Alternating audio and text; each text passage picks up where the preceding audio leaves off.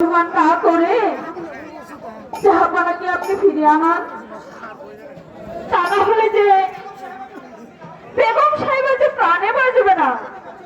ইয়া কি বলছো রাহলা? জাহাপনা খেয়ে ফিরে আনবো আমি? চারি মুখ দর্শন করলে ওই লাখো লাখো প্রজার মুখে অন্য জুটেরা, আর তাকে ফিরে আনবো আমি? আমি কিছুতে পারবো না রাহলা, সেটা অসম্ভব কথা। আরে কিন্তু জাহাপনা আমাকে ওই প্রাসাদ থেকে কুকুরের মতো দাঁড়িয়ে দিয়েছে, তাকে ফিরিয়ে আনবো আমি? তা আমি কিছুতেই পারবো না রাহলা।